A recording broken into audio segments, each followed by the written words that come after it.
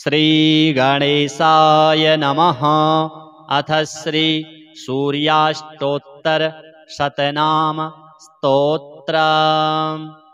अरुणाय शरण्याय करुणारससिन्धवे असमानबलायार्त रक्षकाय नमो नमः।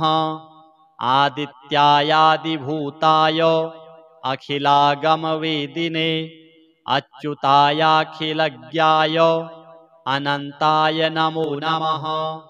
ईनाय विश्वरूपाय इज्यायेन्द्राय भानवे इन्दिरामन्दिराप्ताय वन्दनीयाय ते नमः।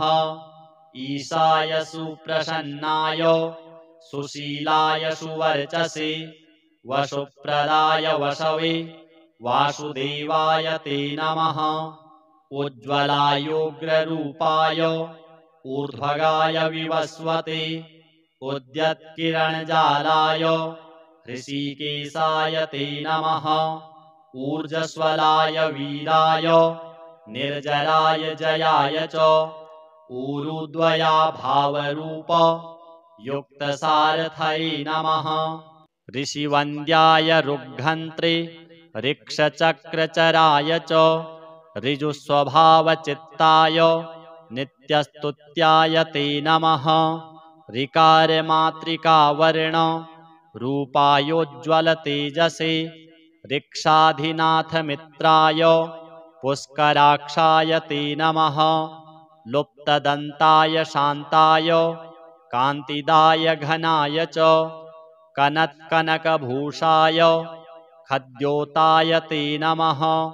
लोनिताखिलदैत्याय सत्यानन्दस्वरूपिणे अपवर्गप्रदायार्त शरण्याय नमो नमः। एकाकिने भगवते सृष्टिस्त्यन्तकारिणे गुणात्मने घृणिभृते बृहते ब्रह्मणे नमः। ऐश्वर्यदाय सर्वाय हरिदस्वाय शौरये दशदिक्सम्प्रकाशाय भक्तवश्याय ते नमः। ओजस्कराय जैने जगदानन्दहेतवे जन्ममृत्युजराव्याधि वर्जिताय नमो नमः। ओ उन्नतपदसञ्चार रथस्थायात्मरूपिणे कमनीयकरायाब्ज वल्लभाय नमो नमः। अन्तर्बहिः प्रकाशाय अचिन्त्यायात्मरूपिणे अच्युताय सुरेशाय परस्मै ज्योतिषे नमः। अहस्कराय रवये हरये परमात्मने तरुणाय वरेण्याय ग्रहाणां पतये नमः। ॐ नमो भास्करायादि मध्यान्तरहिताय च सौख्यप्रदाय सकल जगतां पतये नमः। नमः सूर्याय कवये नमो नारायणाय च नमो नमः परेशाय तेजोरूपाय ते नमः। ॐ श्रीं हिरण्यगर्भाय ॐ ह्रीं सम्पत्कराय च ॐ ऐं इष्टार्थदायानुप्रसन्नाय नमो नमः। श्रीमते श्रेयसे भक्त कोटिसौख्यप्रदायिने निखिलागमवेद्याय नित्यानन्दाय ते नमः। यो मानवः सन्ततमर्कमर्चयन् पठेत् प्रभाते विमलेन चेतसा इमानि नामानि च तस्य पुण्यम् आयुर्धनं धान्यमुपैति नित्यम्। इमं स्तवं देववरस्य कीर्तयेत् शृणोति योऽयं सुमनः समाहितः। समुच्यते शोकदवाग्निसागराल् लभेत् सर्वं मनसो यथेप्सितम्। अथ श्री आदित्यहृदय स्तोत्रम्। ततो युद्धपरिश्रान्तं समरे चिन्तया स्थितं रावणं चाग्रतो दृष्ट्वा युद्धाय समुपस्थितं दैवतैश्च समागम्य द्रष्टुमभ्यागतो रणम् उपगम्याब्रवीद्राम मगस्त्यो भगवान् ऋषिः राम राम महाबाहो शृणु गुह्यं सनातनम् येन सर्वा नरीन् वत्स समरे विजयिष्यसि आदित्यहृदयं पुण्यं सर्वशत्रुविनाशनं जयावहं जपे नित्यम् अक्षयं परमं शिवं सर्वमङ्गलमाङ्गल्यं सर्वपापप्रणाशनं चिन्ताशोकप्रशमनम् आयुर्वर्धनमुत्तमं रश्मिमन्तं समुद्यन्तं देवासुरनमस्कृतं पूजयस्व विवस्वन्तं भास्करं भुवनेश्वरं सर्वदेवात्मको ह्येष तेजस्वी रश्मिभावनः एष देवासुरगणान् लोकान् पाति गभस्तिभिः एष ब्रह्मा च विष्णुश्च शिवः स्कन्दः प्रजापतिः महेन्द्रो धनदः कालो यमः सोमो ह्यपाम्पतिः पितरो वशवः साध्या ह्यश्विनो मरुतो मनुः वायुर्वह्निः प्रजाप्राणो ऋतुकर्ता प्रभाकरः आदित्यः सविता सूर्यः खगः पूषा गभस्तिमान् सुवर्णसदृशो भानुर्हिरण्यरेता दिवाकरः हरिदस्वः सहस्रार्चिः सप्तसप्तिर्मरीचिमान् तिमिरोन्मथनः शम्भुस्त्वष्टा मार्तण्डकोशुमान् हिरण्यगर्भः शिशिरस्तपनो भास्करो रविः अग्निगर्भोदितः पुत्रः शङ्खः शिशिरनाशनः व्योमनाथस्तमो भेदी ऋग्यजुः सामपारगः घनवृष्टिरपां मित्रो विन्ध्यवीथिप्लवङ्गमः आतपी मण्डली मृत्युः पिङ्गलः सर्वतापनः कविर्विश्वो महातेजा रक्तः सर्वभवोद्भवः नक्षत्रग्रहताराणाम् अधिपो विश्वभावनः तेजसामपि तेजस्वी द्वादशात्मन्नमोऽस्तु ते नमः पूर्वाय गिरये पश्चिमायाद्रये नमः ज्योतिर्गणानां पतये दिनाधिपतये नमः जयाय जयभद्राय हर्यश्वाय नमो नमः नमो नमः सहस्रांशो आदित्याय नमो नमः नम उग्राय वीराय सारंगाय नमो नमः नमः पद्मप्रबोधाय मार्तण्डाय नमो नमः ब्रह्मेशानाच्युतेशाय सूर्यायादित्यवर्चसे भास्वते सर्वभक्षाय रौद्राय वपुषे नमः तमोघ्नाय हिमघ्नाय शत्रुघ्नायामितात्मने कृतघ्नघ्नाय देवाय ज्योतिषां पतये नमः तप्तचामीकराभाय वहनये विश्वकर्मणे नमस्तमोभिनिघ्नाय रुचये लोकसाक्षिणे नाशयत्येष वैभूतं तदेव सृजति प्रभुः पायत्येष तपत्येष वर्षत्येष गभस्तिभिः एष सुप्तेषु जागर्ति भूतेषु परिनिष्ठितः एष चैवाग्निहोत्रं च फलं चैवाग्निहोत्रिणां वेदाश्च क्रतवश्चैव क्रतूनां फलमेव च यानि कृत्यानि लोकेषु सर्व एष रविः प्रभुः एनमापत्सु कृच्छ्रेषु कान्तारेषु भयेषु च कीर्तयन् पुरुषः कश्चिन् नावसीदति राघव पूजयस्वैनमेकाग्रो देवदेवं जगत्पतिम् एतत्त्रिगुणितं जप्त्वा युद्धेषु विजयिष्यसि अस्मिन् क्षणे महाबाहो रावणं त्वं वधिष्यसि एवमुक्त्वा तदागस्त्यो जगाम च यथागतम् एतच्छ्रुत्वा महातेजा नष्टशोको भवत्तदा धारयामास सुप्रीतो राघवः प्रयतात्मवान् आदित्यं प्रेक्ष्य जप्त्वा तु परं हर्षमवाप्तवान् त्रिराचम्यशुचिर्भूत्वा धनुरादाय वीर्यवान् रावणं प्रेक्ष्य हृष्टात्मा युद्धाय समुपागमत् सर्वयत्नेन महता वधे तस्य धृतोऽभवत् अथ रविरवदन्निरीक्ष्य रामं मुदितमनः परमं प्रहृष्यमाणः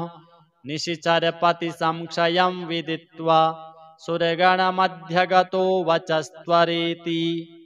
अथ श्रीप्रदोष स्तोत्राष्टकम्।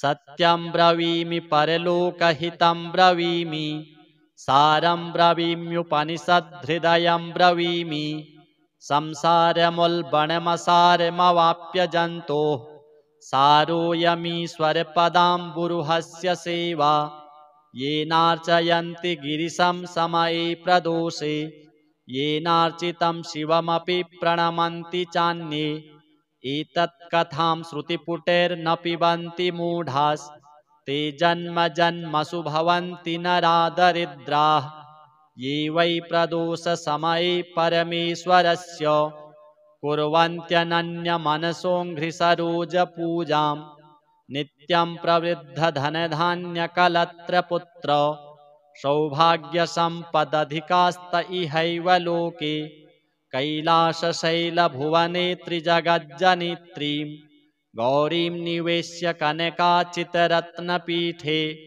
नृत्यं विधातुमभिवाञ्छति शूलपाणौ देवाः प्रदोषसमये नु भजन्ति सर्वे वाग्देवी धृतवल्लकी शतमखो वेणुं दधत्पद्मजस्तालोन्निद्रकरो रमा भगवती गेयप्रयोगान्विता विष्णुः सान्द्रमृदङ्गवादनपटुर्देवाः समन्तात् स्थिताः सेवन्ते तमनुप्रदोषसमये देवं मृडानीपतिं गन्धर्वयक्षपतगोरगसिद्धसाध्य विद्याधरामरवराप्सरसां गणाश्च येऽन्ये त्रिलोकनिलया सह भूतवर्गाः प्राप्ते प्रदोषसमये हरपार्श्वसंस्थाः अतः प्रदोषे शिव एक एव पूज्योत्थनान्ये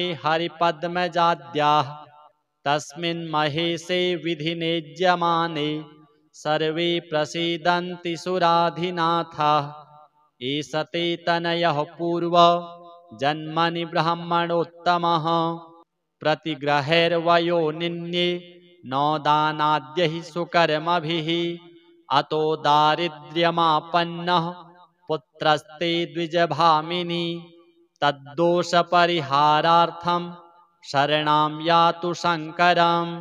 श्रीसूर्यप्रदोषदेवार्पणमस्तु। अथ श्रीसूर्याष्टोत्तरशतनाम स्तोत्रम्। अरुणाय शरण्याय करुणारससिन्धवे असमानबलायार्त रक्षकाय नमो नमः। आदित्यायादिभूताय अखिलागमवेदिने अच्युतायाखिलज्ञाय अनन्ताय नमो नमः। ईनाय विश्वरूपाय इज्यायेन्द्राय भानवे इन्दिरामन्दिराप्ताय वन्दनीयाय ते नमः। ईशाय सुप्रसन्नाय सुशीलाय सुवर्चसे वसुप्रदाय वसवे वासुदेवाय ते नमः। उज्ज्वलायोग्ररूपाय ऊर्ध्वगाय विवस्वते उद्यत्किरणजालाय ऋषिकेशाय ते नमः। ऊर्जस्वलाय वीराय निर्जराय जयाय च ऊरुद्वया भावरूप युक्तसारथये नमः। ऋषिवन्द्याय रुग्घन्त्रे ऋक्षचक्रचराय च ऋजुस्वभावचित्ताय नित्यस्तुत्याय ते नमः। ऋकारमातृकावर्ण रूपायोज्ज्वलतेजसे ऋक्षाधिनाथमित्राय पुष्कराक्षाय ते नमः।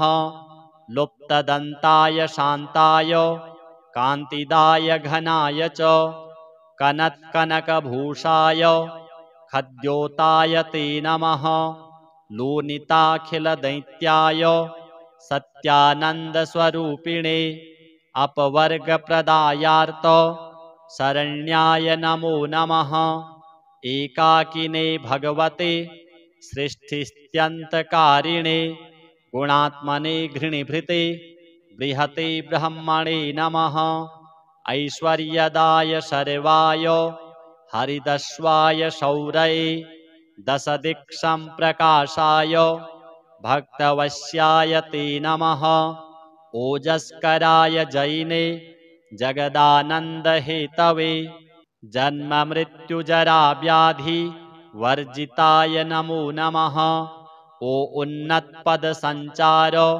रथस्थायात्मरूपिणे कमनीयकरायाब्ज वल्लभाय नमो नमः अन्तर्बहिः प्रकाशाय अचिन्त्यायात्मरूपिणे अच्युताय सुरेशाय परस्मै ज्योतिषे नमः अहस्कराय रवये हरये परमात्मने तरुणाय वरेण्याय ग्रहाणां पतये नमः ॐ नमो भास्करायादि मध्यान्तरहिताय च सौख्यप्रदाय सकल जगतां पतये नमः नमः सूर्याय कवये नमो नारायणाय च नमो नमः परेशाय तेजोरूपाय ते नमः ॐ श्रीं हिरण्यगर्भाय ॐ ह्रीं सम्पत्कराय च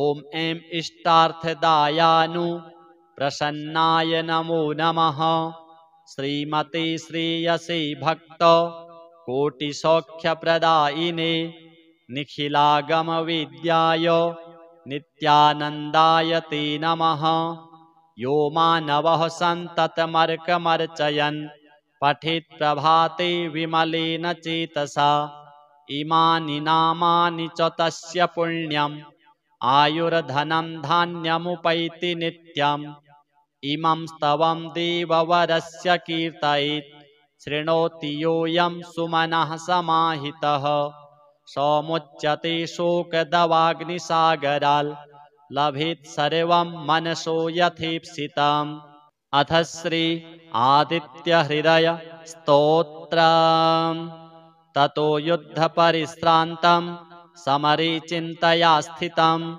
रावणं चाग्रतो दृष्ट्वा युद्धाय समुपस्थितं दैवतैश्च समागम्य द्रष्टुमभ्यागतो रणम् उपगम्याब्रवीद्राम मगस्त्यो भगवान् ऋषिः राम राम महाबाहो शृणु गुह्यं सनातनं येन सर्वा नरीन् वत्स समरे विजयिष्यसि आदित्यहृदयं पुण्यं सर्वशत्रुविनाशनं जयावहं जपे नित्यम् अक्षयं परमं शिवं सर्वमङ्गलमाङ्गल्यं सर्वपापप्रणाशनं चिन्ताशोकप्रशमनम् आयुर्वर्धनमुत्तमं रश्मिमन्तं समुद्यन्तं देवासुरनमस्कृतं पूजयस्व विवस्वन्तं भास्करं भुवनेश्वरं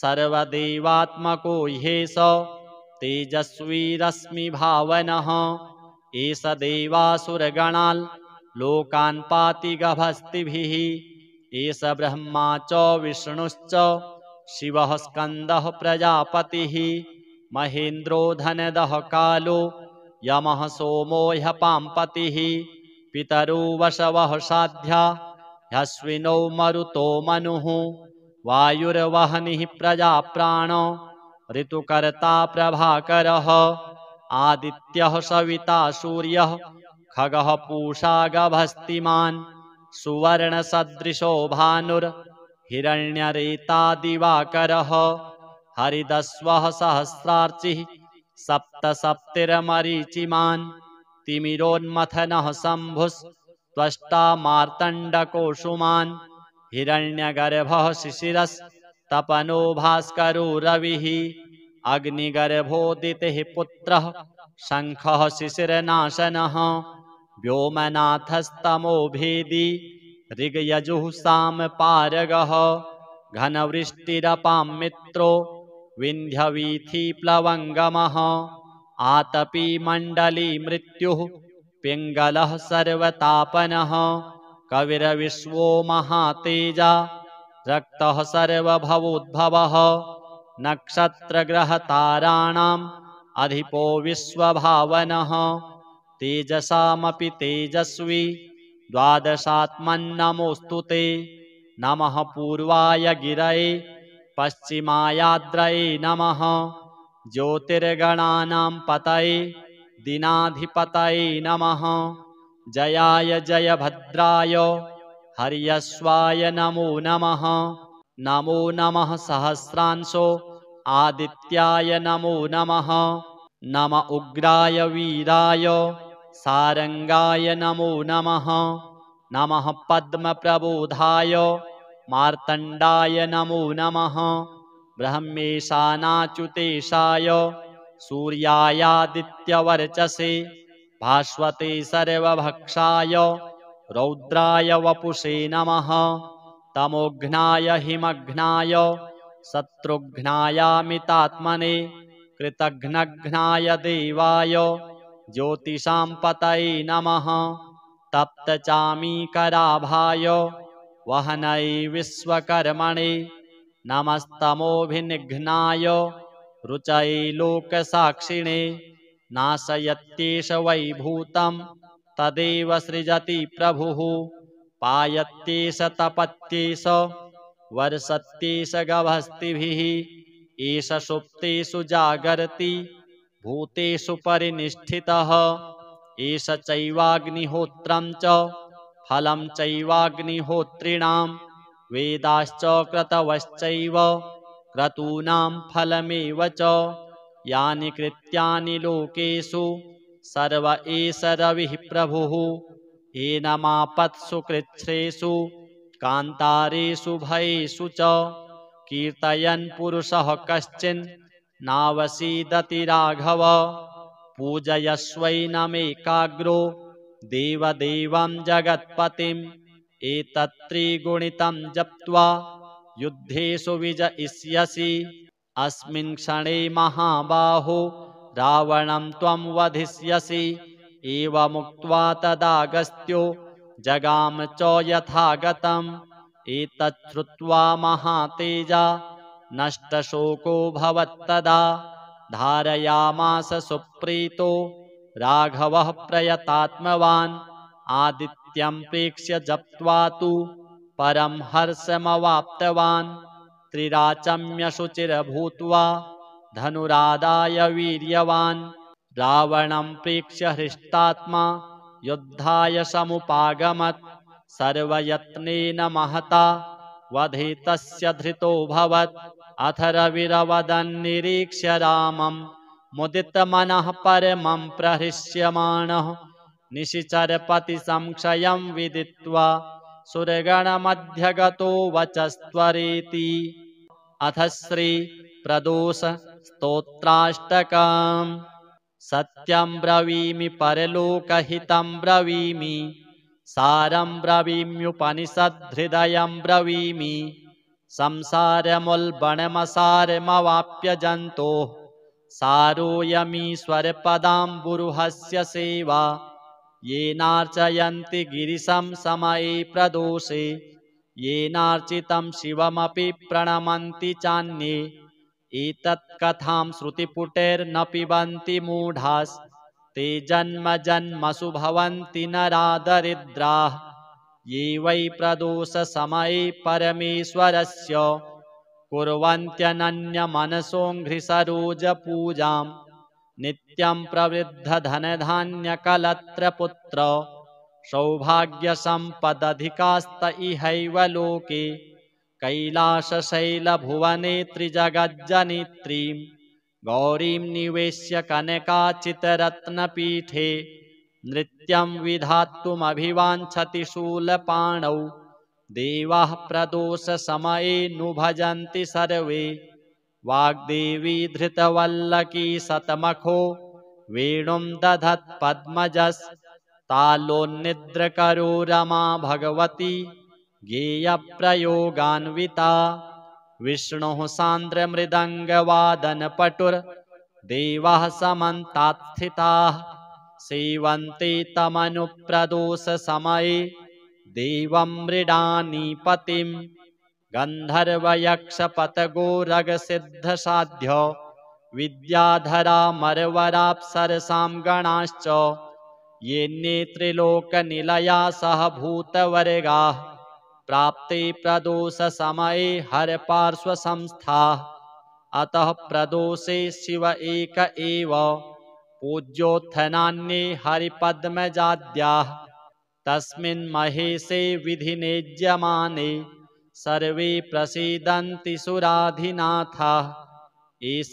ते तनयः पूर्व जन्मनि ब्राह्मणोत्तमः प्रतिग्रहैर्वयोनिन्ये नौदानाद्यैः सुकर्मभिः अतो दारिद्र्यमापन्नः पुत्रस्ते द्विजभामिनी तद्दोषपरिहारार्थं शरणां यातु शङ्करम् श्रीसूर्य प्रदोषदेवार्पणमस्तु। अथ श्री सूर्याष्टोत्तर शतनाम स्तोत्रम्। अरुणाय शरण्याय करुणारससिन्धवे असमानबलायार्त रक्षकाय नमो नमः।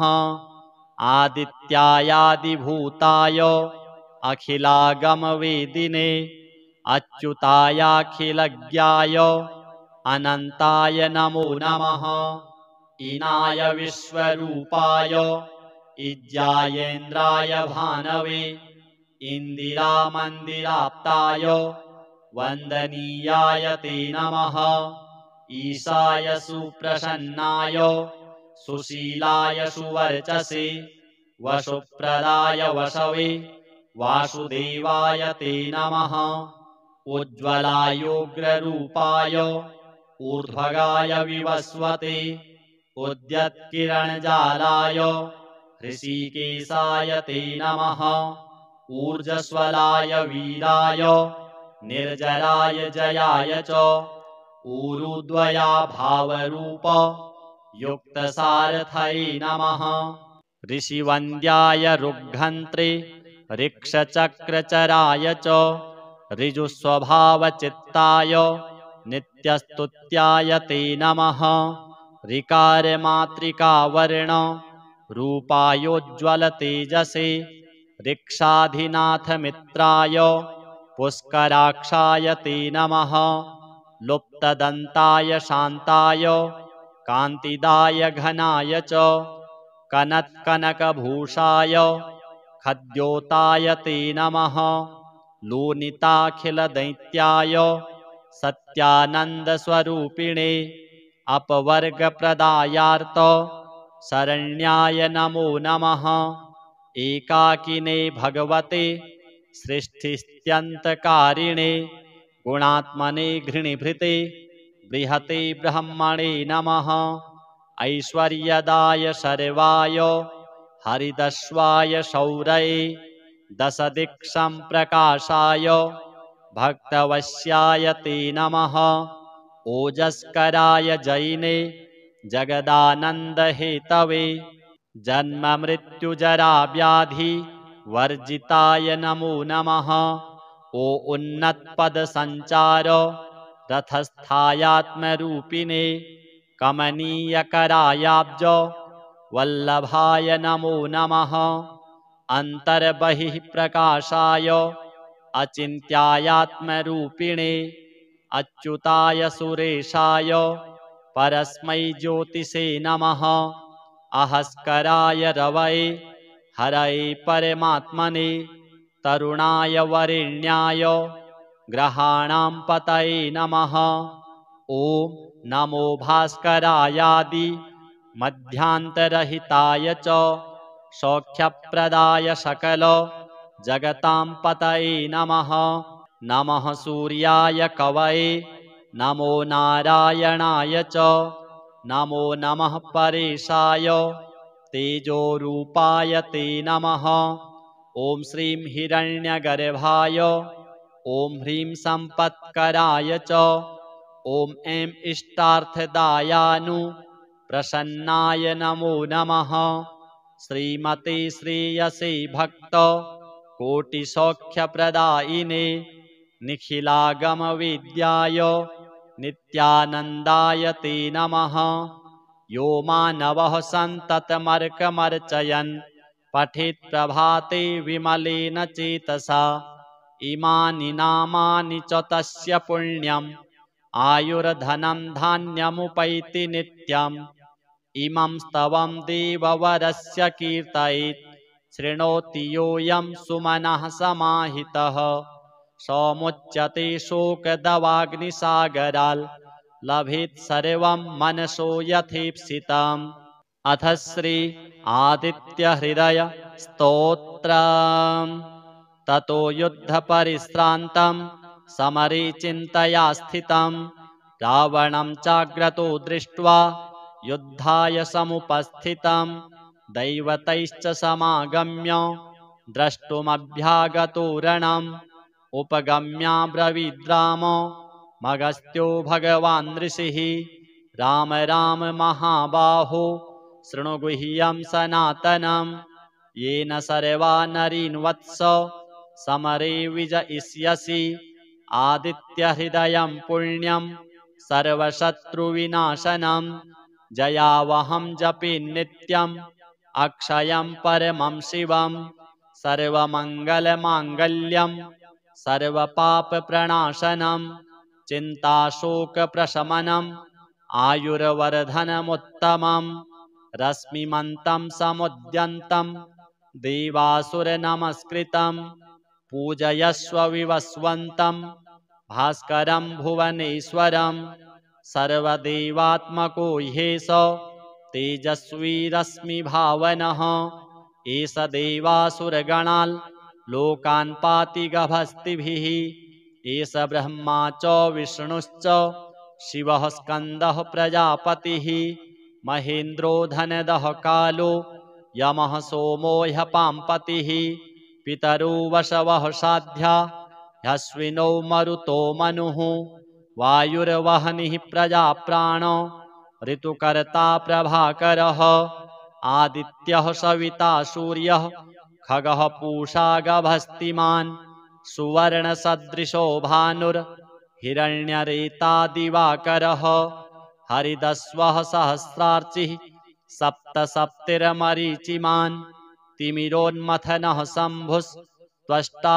मार्तण्डकोशुमान् हिरण्यगर्भः शिशिरस्तपनो भास्करो रविः अग्निगर्भोदितिः पुत्रः शङ्खः शिशिरनाशनः व्योमनाथस्तमो भेदी ऋग्यजुः सामपारगः घनवृष्टिरपां मित्रो विन्ध्यवीथिप्लवङ्गमः आतपी मण्डली मृत्युः पिङ्गलः सर्वतापनः कविर्विश्वो महातेजा रक्तः सर्वभवोद्भवः नक्षत्रग्रहताराणाम् अधिपो विश्वभावनः तेजसामपि तेजस्वी द्वादशात्मन्नमोऽस्तु ते नमः पूर्वाय गिरये पश्चिमायाद्रये नमः ज्योतिर्गणानां पतये दिनाधिपतये नमः जयाय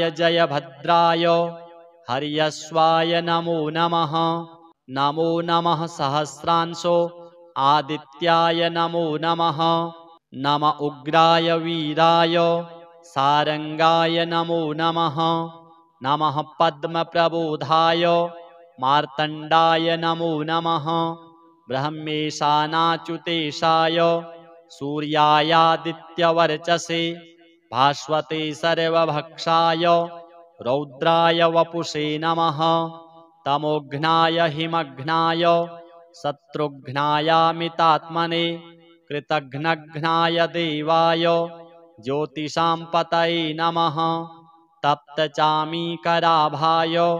वहनये विश्वकर्मणे नमस्तमोभिनिघ्नाय रुचये लोकसाक्षिणे नाशयत्येष वैभूतं तदेव सृजति प्रभुः पायत्येष तपत्येष वर्षत्येष गभस्तिभिः एष सुप्तेषु जागर्ति भूतेषु परिनिष्ठितः एष चैवाग्निहोत्रं च फलं चैवाग्निहोत्रिणां वेदाश्च क्रतवश्चैव क्रतूनां फलमेव च यानि कृत्यानि लोकेषु सर्व एष रविः प्रभुः एनमापत्सु कृच्छ्रेषु कान्तारेषु भयेषु च कीर्तयन् पुरुषः कश्चिन् नावसीदति राघव पूजयस्वैनमेकाग्रो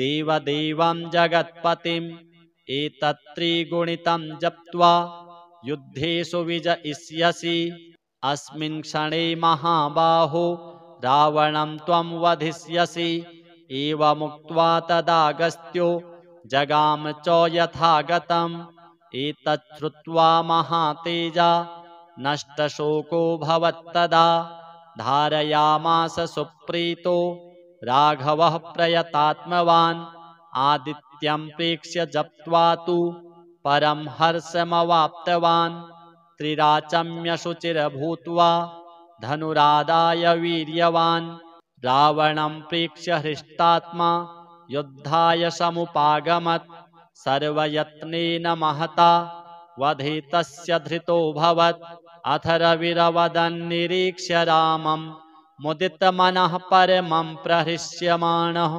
निशिचरपतिसंक्षयं विदित्वा सुरगणमध्यगतो वचस्त्वरेति अथ श्रीप्रदोष स्तोत्राष्टकम् सत्यं ब्रवीमि परलोकहितं ब्रवीमि सारं ब्रवीम्युपनिषद्धृदयं ब्रवीमि संसारमुल्बणमसारमवाप्य जन्तोः सारोऽयमीश्वरपदाम्बुरुहस्य सेवा येनार्चयन्ति गिरिशं समये प्रदोषे येनार्चितं शिवमपि प्रणमन्ति चान्ये एतत्कथां श्रुतिपुटैर्न पिबन्ति मूढास्ते जन्म जन्मसु भवन्ति नरादरिद्राः ये वै प्रदोषसमये परमेश्वरस्य कुर्वन्त्यनन्यमनसोऽङ्घ्रिसरोजपूजां नित्यं प्रवृद्धधनधान्यकलत्रपुत्र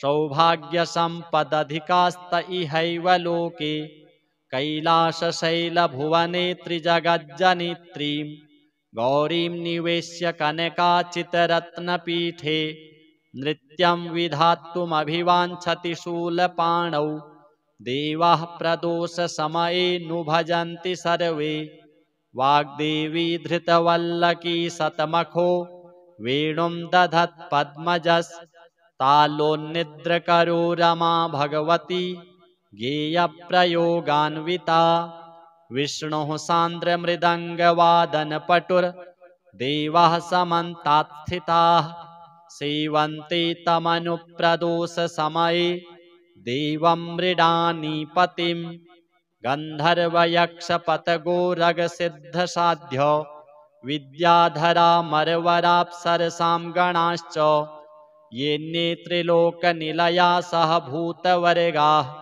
प्राप्ते प्रदोषसमये हरपार्श्वसंस्थाः अतः प्रदोषे शिव एक एव पूज्योत्थनान्ये हरिपद्मजाद्याः तस्मिन् महेशे विधिनेज्यमाने सर्वे प्रसीदन्ति सुराधिनाथाः एष ते तनयः पूर्व जन्मनि ब्राह्मणोत्तमः प्रतिग्रहैर्वयोनिन्ये नौदानाद्यैः सुकर्मभिः अतो दारिद्र्यमापन्नः पुत्रस्ते द्विजभामिनी तद्दोषपरिहारार्थं शरणां यातु शङ्करम् श्रीसूर्यप्रदोषदेवार्पणमस्तु अथ श्रीसूर्याष्टोत्तरशतनाम स्तोत्रम् अरुणाय शरण्याय करुणारससिन्धवे असमानबलायार्त रक्षकाय नमो नमः। आदित्यायादिभूताय अखिलागमवेदिने अच्युतायाखिलज्ञाय अनन्ताय नमो नमः। ईनाय विश्वरूपाय इज्यायेन्द्राय भानवे इन्दिरामन्दिराप्ताय वन्दनीयाय ते नमः। ईशाय सुप्रसन्नाय सुशीलाय सुवर्चसे वशुप्रदाय वशवे वासुदेवाय ते नमः। उज्ज्वलायोग्ररूपाय ऊर्ध्वगाय विवस्वते उद्यत्किरणजालाय ऋषिकेशाय ते नमः। ऊर्जस्वलाय वीराय निर्जराय जयाय च ऊरुद्वया भावरूप युक्तसारथये नमः। ऋषिवन्द्याय रुग्घन्त्रे ऋक्षचक्रचराय च ऋजुस्वभावचित्ताय नित्यस्तुत्याय ते नमः। ऋकारमातृकावर्ण रूपायोज्ज्वलतेजसे ऋक्षाधिनाथमित्राय पुष्कराक्षाय ते नमः। लुप्तदन्ताय शान्ताय कान्तिदाय घनाय च कनत्कनकभूषाय खद्योताय ते नमः। लोनिताखिलदैत्याय सत्यानन्दस्वरूपिणे अपवर्गप्रदायार्त शरण्याय नमो नमः। एकाकिने भगवते सृष्टिस्त्यन्तकारिणे गुणात्मने घृणिभृते बृहते ब्रह्मणे नमः। ऐश्वर्यदाय सर्वाय हरिदस्वाय शौरये दशदिक्सम्प्रकाशाय भक्तवश्याय ते नमः। ओजस्कराय जैने जगदानन्दहेतवे जन्ममृत्युजराव्याधि वर्जिताय नमो नमः। ओ उन्नतपदसञ्चार रथस्थायात्मरूपिणे कमनीयकरायाब्ज वल्लभाय नमो नमः। अन्तर्बहिः प्रकाशाय अचिन्त्यायात्मरूपिणे अच्युताय सुरेशाय परस्मै ज्योतिषे नमः। अहस्कराय रवये हरये परमात्मने तरुणाय वरेण्याय ग्रहाणां पतये नमः। ॐ नमो भास्करायादि मध्यान्तरहिताय च सौख्यप्रदाय सकल जगतां पतये नमः। नमः सूर्याय कवये नमो नारायणाय च नमो नमः परेशाय तेजोरूपाय ते नमः। ॐ श्रीं हिरण्यगर्भाय ॐ ह्रीं सम्पत्कराय च ॐ ऐं इष्टार्थदायानुप्रसन्नाय नमो नमः। श्रीमते श्रेयसे भक्त कोटिसौख्यप्रदायिने निखिलागमवेद्याय नित्यानन्दाय ते नमः। यो मानवः सन्ततमर्कमर्चयन् पठेत् प्रभाते विमलेन चेतसा इमानि नामानि च तस्य पुण्यम् आयुर्धनं धान्यमुपैति नित्यम्। इमं स्तवं देववरस्य कीर्तयेत् शृणोति योऽयं सुमनः समाहितः। समुच्यते शोकदवाग्निसागराल् लभेत् सर्वं मनसो यथेप्सितम्। अथ श्री आदित्यहृदय स्तोत्रम्। ततो युद्धपरिश्रान्तं समरे चिन्तया स्थितं रावणं चाग्रतो दृष्ट्वा युद्धाय समुपस्थितं दैवतैश्च समागम्य द्रष्टुमभ्यागतो रणम् उपगम्याब्रवीद्राम मगस्त्यो भगवान् ऋषिः राम राम महाबाहो शृणु गुह्यं सनातनम्। येन सर्वा नरीन् वत्स समरे विजयिष्यसि आदित्यहृदयं पुण्यं सर्वशत्रुविनाशनं जयावहं जपे नित्यम् अक्षयं परमं शिवं सर्वमङ्गलमाङ्गल्यं सर्वपापप्रणाशनं चिन्ताशोकप्रशमनम् आयुर्वर्धनमुत्तमं रश्मिमन्तं समुद्यन्तं देवासुरनमस्कृतं पूजयस्व विवस्वन्तं भास्करं भुवनेश्वरं सर्वदेवात्मको ह्येष तेजस्वी रश्मिभावनः एष देवासुरगणान् लोकान् पाति गभस्तिभिः एष ब्रह्मा च विष्णुश्च शिवः स्कन्दः प्रजापतिः महेन्द्रो धनदः कालो यमः सोमो ह्यपाम्पतिः पितरो वशवः साध्या ह्यश्विनो मरुतो मनुः वायुर्वह्निः प्रजाप्राणो ऋतुकर्ता प्रभाकरः आदित्यः सविता सूर्यः खगः पूषा गभस्तिमान् सुवर्णसदृशो भानुर्हिरण्यरेता दिवाकरः हरिदस्वः सहस्रार्चिः सप्तसप्तिर्मरीचिमान् तिमिरोन्मथनः शम्भुस्त्वष्टा मार्तण्डकोशुमान् हिरण्यगर्भः शिशिरस्तपनो भास्करो रविः अग्निगर्भोदितः पुत्रः शङ्खः शिशिरनाशनः व्योमनाथस्तमो भेदी ऋग्यजुः सामपारगः घनवृष्टिरपां मित्रो विन्ध्यवीथिप्लवङ्गमः आतपी मण्डली मृत्युः पिङ्गलः सर्वतापनः कविर्विश्वो महातेजा रक्तः सर्वभवोद्भवः नक्षत्रग्रहताराणाम् अधिपो विश्वभावनः तेजसामपि तेजस्वी द्वादशात्मन्नमोऽस्तु ते नमः पूर्वाय गिरये पश्चिमायाद्रये नमः ज्योतिर्गणानां पतये दीनाधिपतये नमः जयाय जयभद्राय हर्यश्वाय नमो नमः नमो नमः सहस्रांशो आदित्याय नमो नमः नम उग्राय वीराय सारंगाय नमो नमः नमः पद्मप्रबोधाय मार्तण्डाय नमो नमः ब्रह्मेशानाच्युतेशाय सूर्यायादित्यवर्चसे भास्वते सर्वभक्षाय रौद्राय वपुषे नमः तमोघ्नाय हिमघ्नाय शत्रुघ्नायामितात्मने कृतघ्नघ्नाय देवाय ज्योतिषां पतये नमः तप्तचामीकराभाय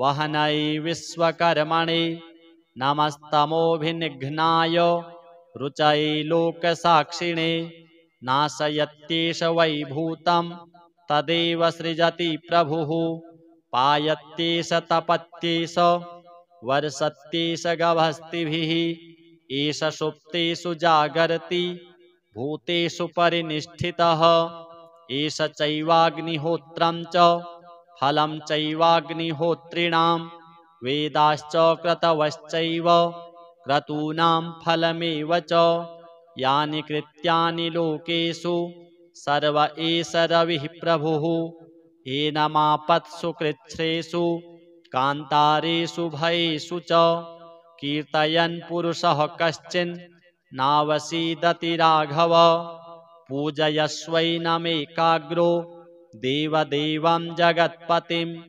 एतत्त्रिगुणितं जप्त्वा युद्धेषु विजयिष्यसि अस्मिन् क्षणे महाबाहो रावणं त्वं वधिष्यसि एवमुक्त्वा तदागस्त्यो जगाम च यथागतम् एतत् श्रुत्वा महातेजा नष्टशोको भवत्तदा धारयामास सुप्रीतो राघवः प्रयतात्मवान् आदित्यं प्रेक्ष्य जप्त्वा तु परं हर्षमवाप्तवान् त्रिराचम्यशुचिर्भूत्वा धनुरादाय वीर्यवान् रावणं प्रेक्ष्य हृष्टात्मा युद्धाय समुपागमत् सर्वयत्नेन महता वधे तस्य धृतोऽभवत् अथ रविरवदन्निरीक्ष्य रामं मुदितमनः परमं प्रहृष्यमाणः निशिचरपतिसंक्षयं विदित्वा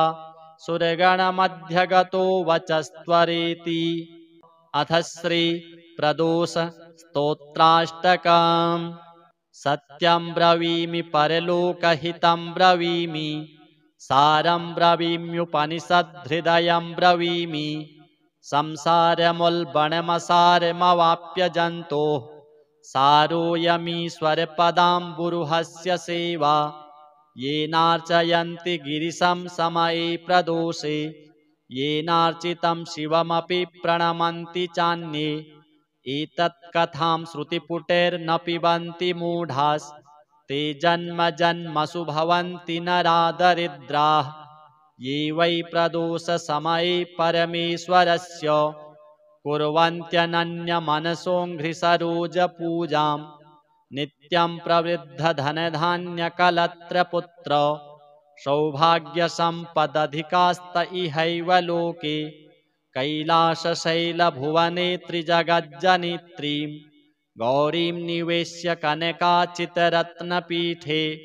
नृत्यं विधातुमभिवाञ्छति शूलपाणौ देवाः प्रदोषसमये नु भजन्ति सर्वे वाग्देवी धृतवल्लकी शतमखो वेणुं दधत्पद्मजस्तालोन्निद्रकरो रमा भगवती गेयप्रयोगान्विता विष्णुः सान्द्रमृदङ्गवादनपटुर्देवाः समन्तात् स्थिताः सेवन्ते तमनुप्रदोषसमये देवं मृडानीपतिं गन्धर्वयक्षपतगोरगसिद्धसाध्य विद्याधरामरवराप्सरसां गणाश्च येऽन्ये त्रिलोकनिलया सह भूतवर्गाः प्राप्ते प्रदोषसमये हरपार्श्वसंस्थाः अतः प्रदोषे शिव एक एव पूज्योत्थनान्ये हरिपद्मजाद्याः तस्मिन् महेशे विधिनेज्यमाने सर्वे प्रसीदन्ति सुराधिनाथाः एष ते तनयः पूर्व जन्मनि ब्राह्मणोत्तमः प्रतिग्रहैर्वयो निन्ये न दानाद्यैः सुकर्मभिः अतो दारिद्र्यमापन्नः पुत्रस्ते द्विजभामिनी तद्दोषपरिहारार्थं शरणं यातु शङ्करम्। श्रीसूर्यप्रदोषदेवार्पणमस्तु। अथ श्रीसूर्याष्टोत्तरशतनाम स्तोत्रम्। अरुणाय शरण्याय करुणारससिन्धवे असमानबलायार्त रक्षकाय नमो नमः। आदित्यायादिभूताय अखिलागमवेदिने अच्युतायाखिलज्ञाय अनन्ताय नमो नमः। ईनाय विश्वरूपाय इज्जायेन्द्राय भानवे इन्दिरामन्दिराप्ताय वन्दनीयाय ते नमः। ईशाय सुप्रसन्नाय सुशीलाय सुवर्चसे वसुप्रदाय वसवे वासुदेवाय ते नमः। उज्ज्वलायोग्ररूपाय ऊर्ध्वगाय विवस्वते उद्यत्किरणजालाय ऋषिकेशाय ते नमः। ऊर्जस्वलाय वीराय निर्जराय जयाय च ऊरुद्वया भावरूप युक्तसारथये नमः। ऋषिवन्द्याय रुग्घन्त्रे ऋक्षचक्रचराय च ऋजुस्वभावचित्ताय नित्यस्तुत्याय ते नमः। ऋकारमातृकावर्ण रूपायोज्ज्वलतेजसे ऋक्षाधिनाथमित्राय पुष्कराक्षाय ते नमः। लुप्तदन्ताय शान्ताय कान्तिदाय घनाय च कनत्कनकभूषाय खद्योताय ते नमः। लोनिताखिलदैत्याय सत्यानन्दस्वरूपिणे अपवर्गप्रदायार्थ शरण्याय नमो नमः। एकाकिने भगवते सृष्टिस्त्यन्तकारिणे गुणात्मने घृणिभृते बृहते ब्रह्मणे नमः। ऐश्वर्यदाय सर्वाय हरिदस्वाय शौरये दशदिक्षं प्रकाशाय भक्तवश्याय ते नमः। ओजस्कराय जैने जगदानन्दहेतवे जन्ममृत्युजराव्याधि वर्जिताय नमो नमः। ओ उन्नतपदसञ्चार रथस्थायात्मरूपिणे कमनीयकरायाब्ज वल्लभाय नमो नमः। अन्तर्बहिः प्रकाशाय अचिन्त्यायात्मरूपिणे अच्युताय सुरेशाय परस्मै ज्योतिषे नमः। अहस्कराय रवये हरये परमात्मने तरुणाय वरेण्याय ग्रहाणां पतये नमः। ॐ नमो भास्करायादि मध्यान्तरहिताय च सौख्यप्रदाय सकल जगतां पतये नमः। नमः सूर्याय कवये नमो नारायणाय च नमो नमः परेशाय तेजोरूपाय ते नमः। ॐ श्रीं हिरण्यगर्भाय ॐ ह्रीं सम्पत्कराय च ॐ ऐं इष्टार्थदायानु प्रसन्नाय नमो नमः। श्रीमते श्रेयसे भक्त कोटिसौख्यप्रदायिने निखिलागमविद्याय नित्यानन्दाय ते नमः। यो मानवः सन्ततमर्कमर्चयन् पठेत् प्रभाते विमलेन चेतसा इमानि नामानि च तस्य पुण्यम् आयुर्धनं धान्यमुपैति नित्यम्। इमं स्तवं देववरस्य कीर्तयेत् शृणोति योऽयं सुमनः समाहितः। समुच्यते शोकदवाग्निसागराल् लभेत् सर्वं मनसो यथेप्सितम्। अथ श्री आदित्यहृदय स्तोत्रम्। ततो युद्धपरिश्रान्तं समरे चिन्तया स्थितं रावणं चाग्रतो दृष्ट्वा युद्धाय समुपस्थितं दैवतैश्च समागम्य द्रष्टुमभ्यागतो रणम्। उपगम्याब्रवीद्राम मगस्त्यो भगवान् ऋषिः राम राम महाबाहो शृणु गुह्यं सनातनम्। येन सर्वा नरीन् वत्स समरे विजयिष्यसि आदित्यहृदयं पुण्यं सर्वशत्रुविनाशनं। जयावहं जपे नित्यम् अक्षयं परमं शिवं सर्वमङ्गलमाङ्गल्यं सर्वपापप्रणाशनं चिन्ताशोकप्रशमनम् आयुर्वर्धनमुत्तमम्। रश्मिमन्तं समुद्यन्तं देवासुरनमस्कृतं पूजयस्व विवस्वन्तं भास्करं भुवनेश्वरं। सर्वदेवात्मको ह्येष तेजस्वी रश्मिभावनः। एष देवासुरगणान् लोकान् पाति गभस्तिभिः। एष ब्रह्मा च विष्णुश्च शिवः स्कन्दः प्रजापतिः। महेन्द्रो धनदः कालो यमः सोमो ह्यपाम्पतिः। पितरो वशवः साध्या ह्यश्विनो मरुतो मनुः। वायुर्वह्निः प्रजाप्राणो ऋतुकर्ता प्रभाकरः। आदित्यः सविता सूर्यः खगः पूषा गभस्तिमान्। सुवर्णसदृशो भानुर्हिरण्यरेता दिवाकरः। हरिदस्वः सहस्रार्चिः सप्तसप्तिर्मरीचिमान्। तिमिरोन्मथनः शम्भुस्त्वष्टा मार्तण्डकोशुमान्। हिरण्यगर्भः शिशिरस्तपनो भास्करो रविः। अग्निगर्भोदितिः पुत्रः शङ्खः शिशिरनाशनः।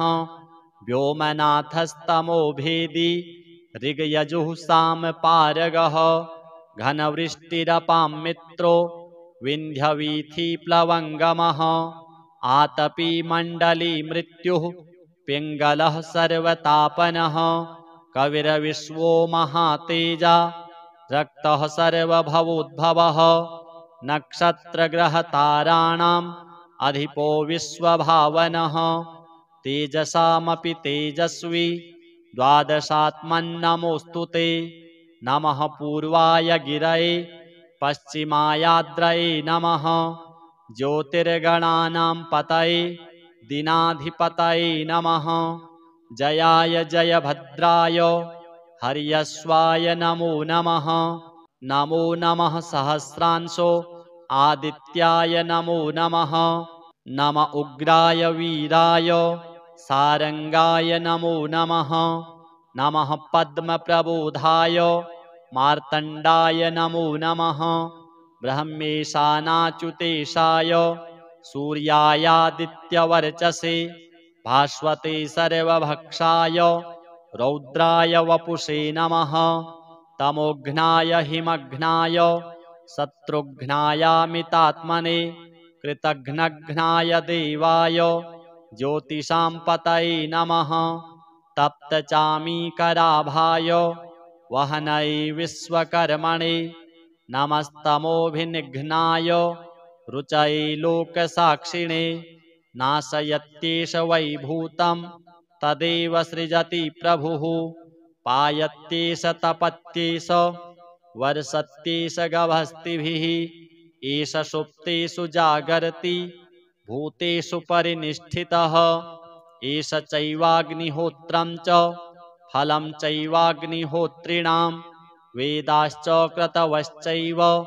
क्रतूनां फलमेव च यानि कृत्यानि लोकेषु सर्व एष रविः प्रभुः एनमापत्सु कृच्छ्रेषु कान्तारेषु भयेषु च कीर्तयन् पुरुषः कश्चिन् नावसीदति राघव पूजयस्वैनमेकाग्रो देवदेवं जगत्पतिम् एतत्त्रिगुणितं जप्त्वा युद्धेषु विजयिष्यसि अस्मिन् क्षणे महाबाहो रावणं त्वं वधिष्यसि एवमुक्त्वा तदागस्त्यो जगाम च यथागतम् एतच्छ्रुत्वा महातेजा नष्टशोको भवत्तदा धारयामास सुप्रीतो राघवः प्रयतात्मवान् आदित्यं प्रेक्ष्य जप्त्वा तु परं हर्षमवाप्तवान्